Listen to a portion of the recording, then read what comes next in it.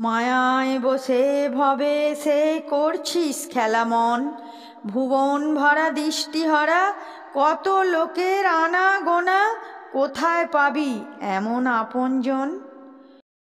তোর যা তুই নেড়ে খুঁজে, যা কিছু বোঝার নে বুঝে, থামিস না ভয়ে দুলে, যাস নে ভুলে, সম্মুখে তোর সম্মুখ সমর, এখানেই তোকে হতে হবে অমর। ভাবনার যা নেড়ে ভেবে তা, করিতে হবে সকল বরণ, সকল লোকের হৃদয় হরণ।